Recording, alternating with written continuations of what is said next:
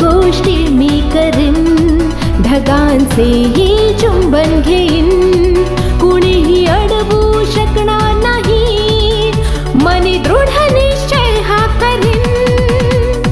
Air hostess मला बनायचंय, air hostess स्वप्न माझे, कवित घेईन सारे आकाश. मला आवडेल जर रमाकांतने ती रक्कम उभी केली, आणि मला हे सुद्धा आवडेल की मानसीने आपली फीस जमा केली. मला माहितीये, मी तुला जिथे पाठवतोय तिथे प्रत्येक पावलावर अडचणीच अडचणी असणार आहेत, आणि तुला ह्या अडचणींवर मात करावी लागणार आहे. युएसच्या लीडिंग एअरलाईन मध्ये तुझी को पायलटची नोकरी पक्की झालीये बघ. ह्याच मंडे पासून तुझं ट्रेनिंग सुरू होणार आहे, त्यामुळे तयारी कर तू. तुला उद्याच निघावं लागेल. पहिल्यांदा जाऊन ॲटिट्यूड आण बघू तू, मग स्वतःच्या आत कॉन्फिडन्स निर्माण करतो, आणि मग ये ट्रेनिंगला. Because you are a misfit for this training, so you may leave right now. पहिल्यांदा जाऊन ॲटिट्यूड आण बघू तू, मग स्वतःच्या आत कॉन्फिडन्स निर्माण करतो, आणि मग ये ट्रेनिंगला. Because you are a misfit for this training, so you may leave right now.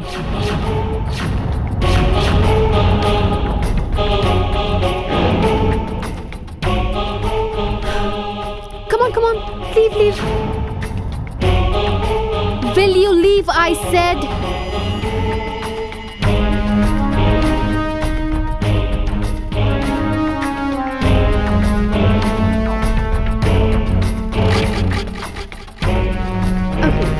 Now who's next? You.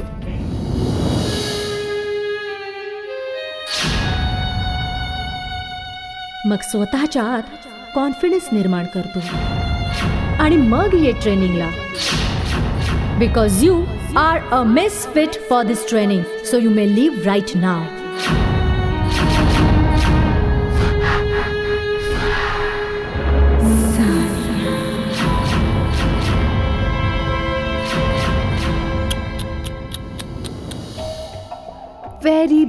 Very bad.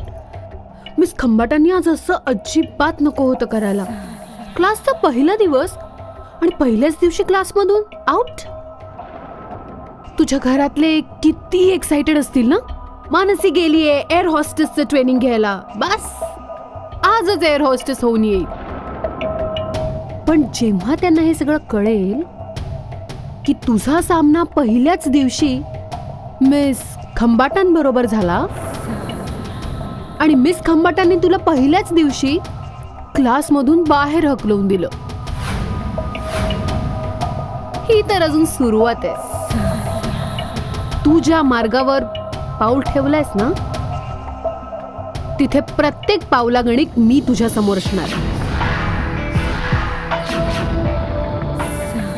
तू आकाशात झेप घेण्याबद्दल बोलत होतीस, पण मी तुझं जमिनीवर चालणं सुद्धा मुश्किल करून टाकेल. मानसी, एवढी पण काय घाई आहे? अजून तर मला तुला एक गुड न्यूज द्यायची आहे. नाही, सांगण्यात काय मजा आहे ना. घरी जा, तुझ्यासाठी एक सरप्राईज आहे. आता तू जाऊ शकतेस मिस एअर होस्टेस. गो.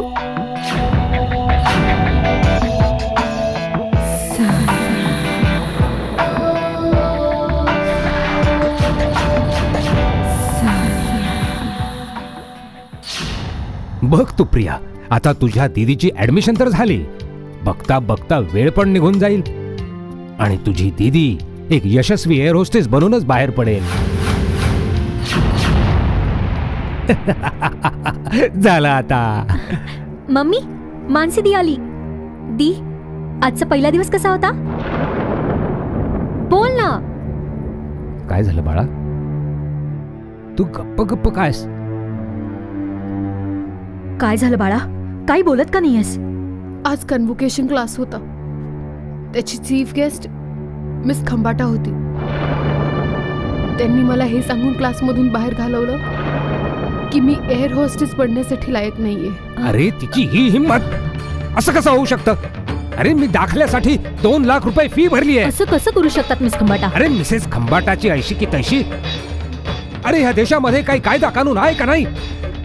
मी एकेकाला बघून घेईन. प्रिन्सिपलने काय सांगितलं होतं?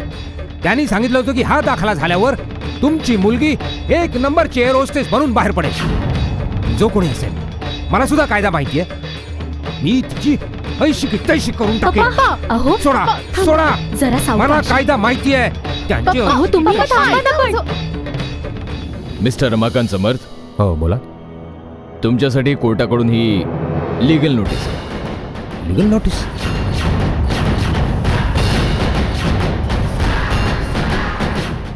लीगल नोटीस माझ्या विरुद्ध का? आपण शेट्टी साहेबांकडून 2 लाख रुपयांचं कर्ज घेतलं होतं, जे तुम्ही अजूनपर्यंत परत नाही केलं. 24 तासाच्या आत जर तुम्ही 2 लाख रुपये परत नाही केलेत तर तुमचं घर लिलावात काढलं जाईल.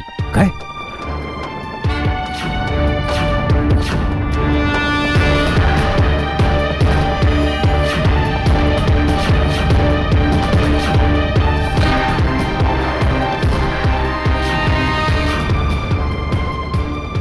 मानसी, एवढी पण काय घाई आहे? अजून तर मला तुला एक गुड न्यूज द्यायची आहे. नाही, सांगण्यात काय मजा आहे ना. घरी जा, तुझ्यासाठी एक सरप्राईज आहे.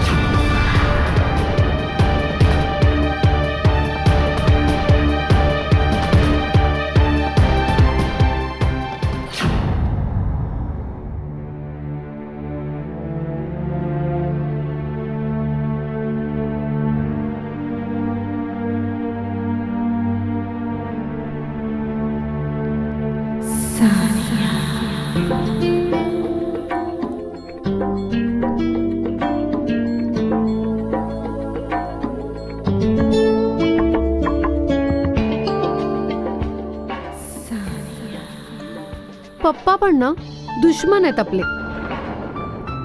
ही वेळ आपली एकत्र राहण्याची आहे आणि तुला तिथे US ला बोलवतात. ठीक आहे, आता जातोच आहेस तर आपल्या खाण्यापिण्याची सुद्धा काळजी घे. ट्रेनिंगच्या नादात विसरू नको जाऊस. त्याची काळजी तू नको करूस. मी माझी काळजी स्वतःच घेऊ शकतो.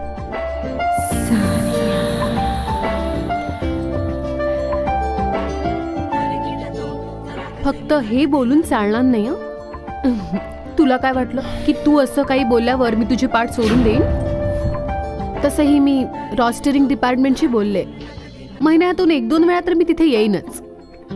तुला वाटत असेल की तू तिथे गेल्यावर माझ्यापासून लांब राहू शकशील तर विसरून जा. सानिया तुझी आयुष्यभर पाठ सोडणार नाही. I know. तुला म्हणायचं काय नेमकं? तुला हे कळल्यावर आनंद नाही झाला की मी तिकडे येणार आहे?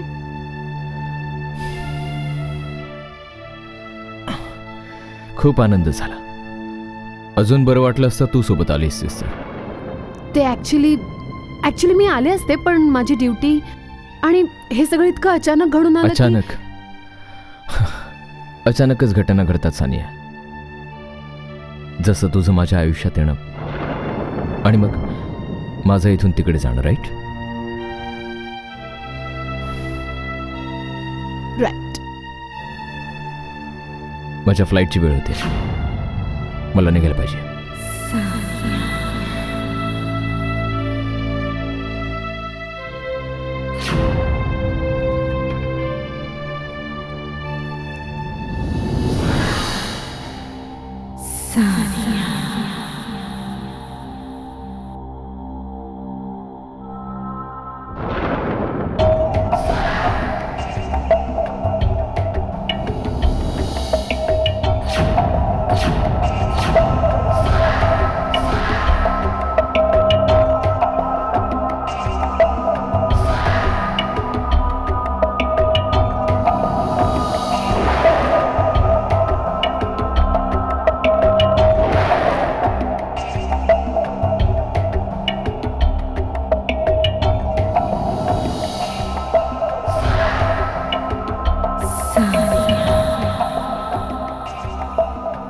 बरोबर बोललास तू आर्यन. दुर्घटना अचानकच होत असतात, पण ज्या वेल प्लॅन्ड असतात त्यांना दुर्घटनाने घडवून आणलेला योगायोग म्हणतात. तुझ्या आयुष्यात माझं येणं जर दुर्घटना होती, तर तुझ्या आयुष्यातून मानसीचं कायमचं निघून जाणं घडवून आणलेला योगायोग होता. आणि हा योगायोग तुला खूप मोठा धक्का देऊन जाईल, खूप मोठा धक्का. मग हा फोटो तुझ्या उपयोगात येईल. मग बस रडत त्या फोटोकडे बघत.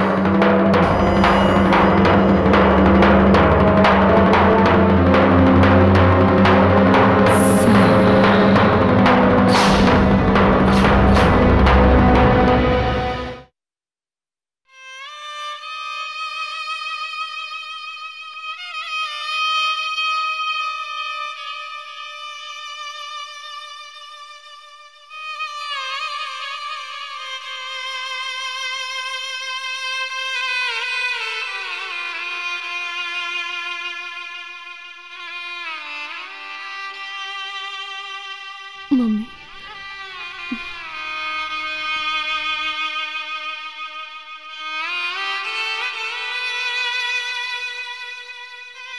ही नोटीस कशासाठी? हं? तुम्ही तर 2 लाख उधार आणले होते ना? हं. तर मग हे घर गहाण ठेवण्याबद्दल काय बोलतायत? हेच तर मला समजत नाहीये शांती. माझ्या इमानदारी आणि विश्वासाची काही किंमतच नाहीये. मी माझ्याकडून पूर्ण इमानदारी दाखवली. विश्वासाने अगदी मी शेट्टी साहेबांकडे आपली कागदपत्र मी त्यांच्या हातावर ठेवली होती. काय?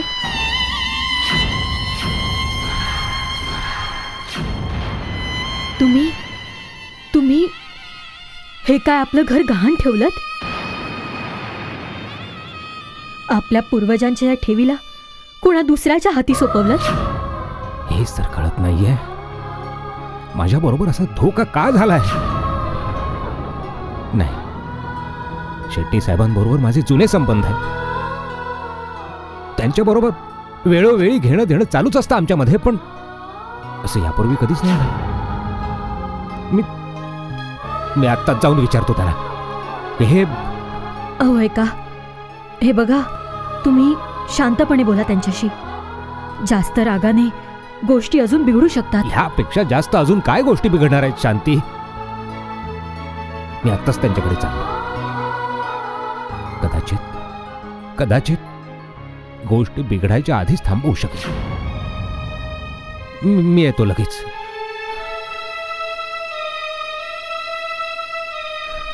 हे परमेश्वरा, माहित नाही का नशीब आमच्यावर रुसलंय. काय बिघडवलंय आम्ही कोणाचं नेमकं?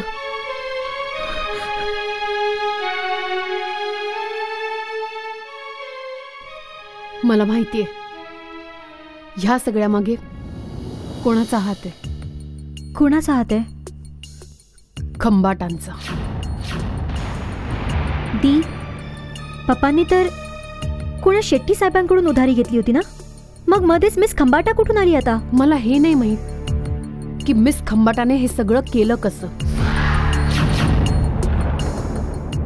पण इतकं नक्की मला माहितीये की हे सगळं मिस खंबाटांनीच केलेलं आहे.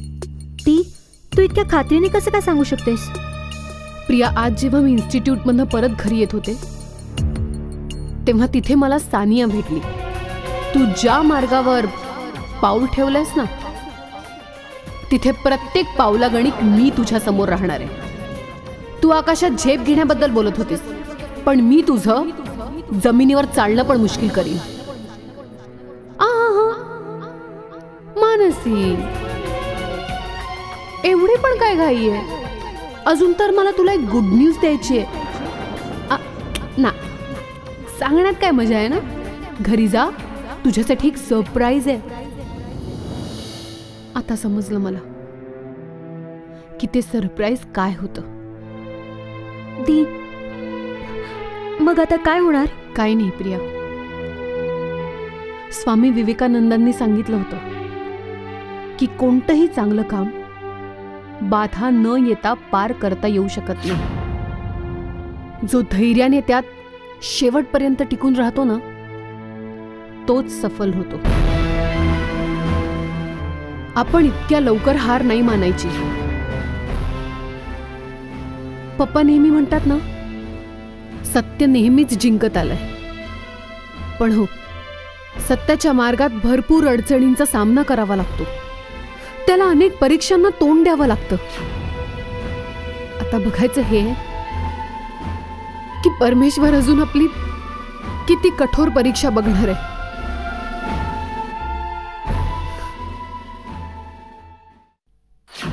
शेट्टी साहेब, माझ्याकडून अशी कोणती मोठी चूक झाली जे तुम्ही मला एवढी मोठी शिक्षा देतात? रमाकांतजी, मी तुम्हाला उधार दिले होते रुपये.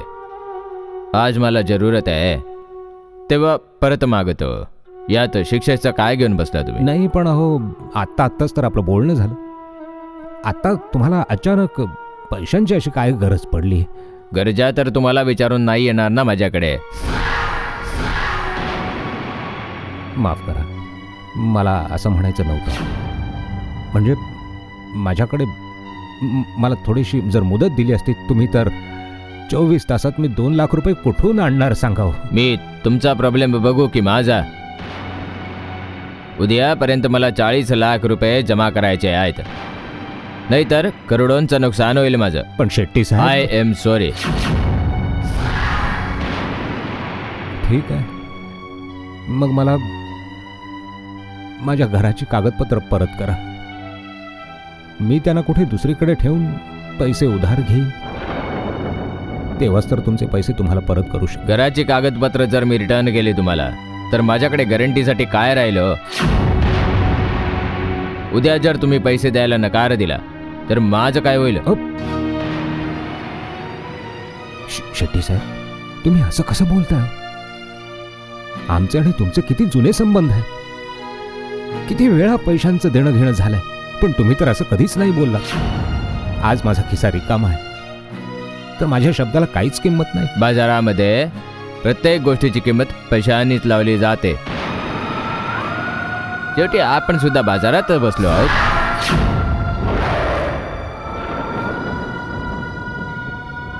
तुम्ही तुमचा वेळ फुकट घालवताय. 24 तासातले 2 तास संपले आता. समजलं मला शेट्टी साहेब, अगदी बरोबर समजलं.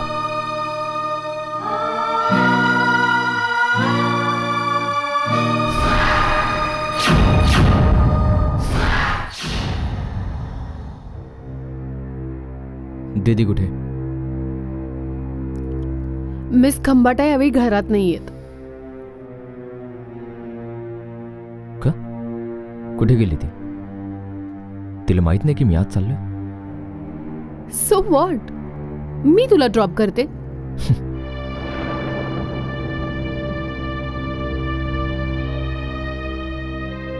त्याची काहीच गरज नाही. मी एकटा जाऊ शकतो. मी फक्त यासाठी विचारत होतो, जर एकदा जाण्याआधी दीदीला भेटून गेलो असतो. कम ऑन आर्यन, लहान मुलांसारखं का बिहेव करतोयस? आता तू मोठा झालायस, सगळा दिवस दीदी दीदी करत बसू नकोस. तसं पण तुझ्या दीदीने तुझी जबाबदारी माझ्यावर सोपवली. सने, मी वारसा हक्कात मिळालेली कोणती गोष्ट नाहीये जी सांभाळण्यासाठी एका हातून दुसऱ्या हातात सोपवायचं असतं. मला स्वतःला चांगलं सांभाळता अरे, तू तर माझ्या बोलण्याचं वाईट वाटून घेतलंस. माझं म्हणणं ते नव्हतं. तुझ्या बोलण्याचा अर्थ अगदी हवा तो असू दे. माझ्या उत्तराचा अर्थ तोच आहे जो तुला समजलेला आहे. थांब आर्यन, मी पण येते तुझ्या बरोबर. नाही, याची काहीच गरज नाहीये. तूच सांगितलंस ना की मी लहान मुलांसारखं बिहेव नाही केलं पाहिजे. आणि तसं पण ज्या नव्या आयुष्याकडे मी माझं पाऊल टाकतोय, तिथे एकट्याने चालण्याची मला सवय व्हायला पाहिजे.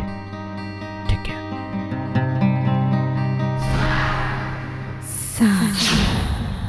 सहन करेन आर्यन, तुझी प्रत्येक गोष्ट, प्रत्येक टोमणा सहन करेन. बस एकदा फक्त मानसी नावाच्या काट्याला मार्गातून काढून टाकू, मग तू तेच करशील जे मी सांगेन.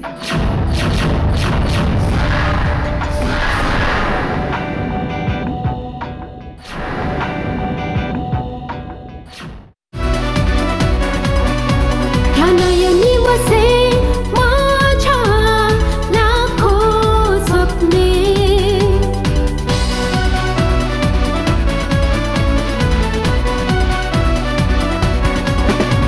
या नयनी वसे माझ्या लाखो स्वप्ने.